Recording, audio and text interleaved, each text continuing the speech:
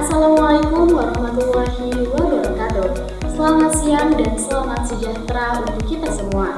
Perkenalkan, nama saya Edi Lutfia dengan NIM 23140187 dari Program Studi Pendidikan Guru Sekolah Dasar. Pada hari ini, saya akan mempresentasikan hasil tugas saya yang mana untuk memenuhi penilaian ujian tengah semester dengan mata kuliah pembelajaran terpadu dengan dosen pengampu Ibu Febriati Yulisatriani dengan gelar SPDI FPD. Pada kesempatan ini, materi yang akan saya bahas atau saya sampaikan mengenai strategi dan metode pembelajaran tematik. Yuk simak bareng-bareng. Baik, materi yang akan saya bahas pertama yaitu makna strategi dan metode pembelajaran. Secara etimologi atau secara bahasa, strategi bisa diartikan sebagai siasat, trik atau cara. Sedangkan secara umum, strategi mempunyai pengertian satu garis besar, haluan untuk bertindak dalam usaha mencapai sasaran yang telah ditemukan, dihubungkan dengan belajar mengajar. Strategi bisa diartikan sebagai pola umum kegiatan guru peserta didik dalam mewujudkan kegiatan belajar mengajar untuk mencapai tujuan yang telah dirancang. Selanjutnya, beberapa metode pembelajaran yang umum digunakan. Yang pertama itu ada metode ceramah. Guru menjelaskan materi secara lisan kepada siswa. Yang kedua, ada metode demonstrasi. Guru menunjukkan langsung bagaimana suatu konsep atau keterampilan dilakukan. Yang ketiga, metode diskusi. Siswa bertukar pendapat dan pemikiran mengenai suatu topik. Keempat, metode tanya jawab. Guru mengajukan pertanyaan kepada siswa untuk mengukur pemahaman mereka. Kelima, metode kerja kelompok. Siswa belajar dalam kelompok untuk menyelesaikan tugas bersama.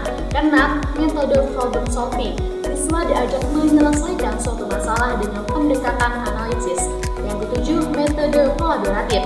Siswa bekerjasama dalam kelompok dengan pendekatan berbasis kerjasama. Selanjutnya ada prosedur dan mekanisme perancangan pembelajaran tematik. Pembelajaran tematik adalah pendekatan belajar yang mengintegrasikan berbagai mata pelajaran dalam satu tema besar. Prosedur perancangan mencakup langkah-langkah sistematis dalam menyusun dan melaksanakan pembelajaran berbasis tema. Dan selanjutnya ada mekanisme. Mekanisme merujuk pada cara atau sistem kinerja dalam menghubungkan berbagai aspek dalam pembelajaran tematik. Selanjutnya, model fungsi dan peran guru dalam pembelajaran tematik. Ada dua model utama peran guru dalam pembelajaran tematik, yaitu satu, team teaching, di mana beberapa guru mengajar atas satu topik secara bersama-sama. Kelebihannya yaitu memperkaya perspektif siswa karena mendapatkan informasi dari lebih dari satu guru. Kekurangannya membutuhkan koordinasi yang baik antar guru.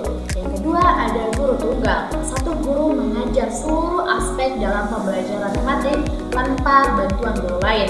Kelebihannya lebih fleksibel dan tidak bergantung pada guru lain. Kekurangannya tanggung jawab lebih besar karena harus menguasai banyak aspek.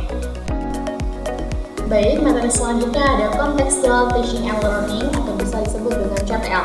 Adalah pendekatan pembelajaran yang menghubungkan isi materi pembelajaran dengan kehidupan nyata siswa, yang mana membantu siswa memahami makna materi bukan sekedar menghafal.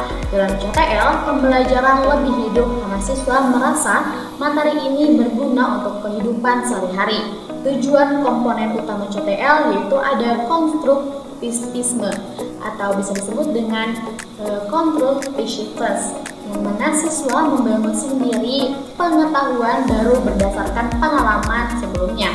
Guru hanya sebagai fasilitator, bukan hanya satu-satunya sumber pengetahuan. Yang kedua itu bertanya. Proses bertanya digunakan untuk mendorong siswa berpikir kritis. Guru tidak hanya memberikan jawaban, tapi juga mengajukan pertanyaan yang mana menantang siswa untuk berpikir.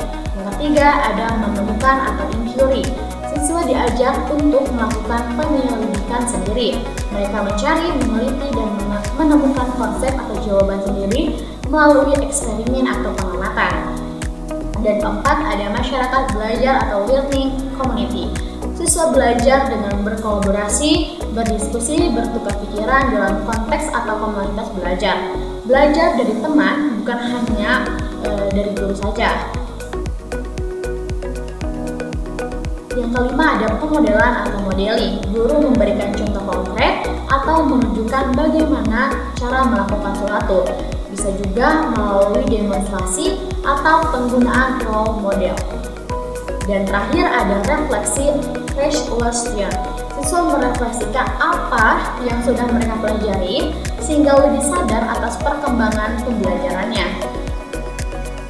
7. Ada penilaian yang sebenarnya atau authentic assessment. Penilaian ini dilakukan berdasarkan tugas-tugas nyata seperti membuat proyek, laporan, presentasi, bukan hanya ujian pilihan ganda. Fokusnya adalah proses dan hasil nyata siswa. Dan yang terakhir ada kesimpulan dari semua materi yang saya jelaskan, yaitu pembelajaran tematik adalah pendekatan yang efektif dalam pembelajaran pendidikan yang mengintegrasikan berbagai mata pelajaran ke dalam satu tema, sehingga membantu siswa memahami hubungan antar konsep. Dalam proses perencanaan, pembelajaran tematik, pemahaman tentang strategi dan metode pembelajaran yang sesuai sangat penting untuk mencapai tujuan pendidikan yang diinginkan. Ini itu materi yang bisa saya sampaikan. Kurang lebihnya mohon dimaafkan. Saya Zulfiah mengundurkan diri. Wabillahi taufiq wal hidayah. Wassalamualaikum warahmatullahi wabarakatuh.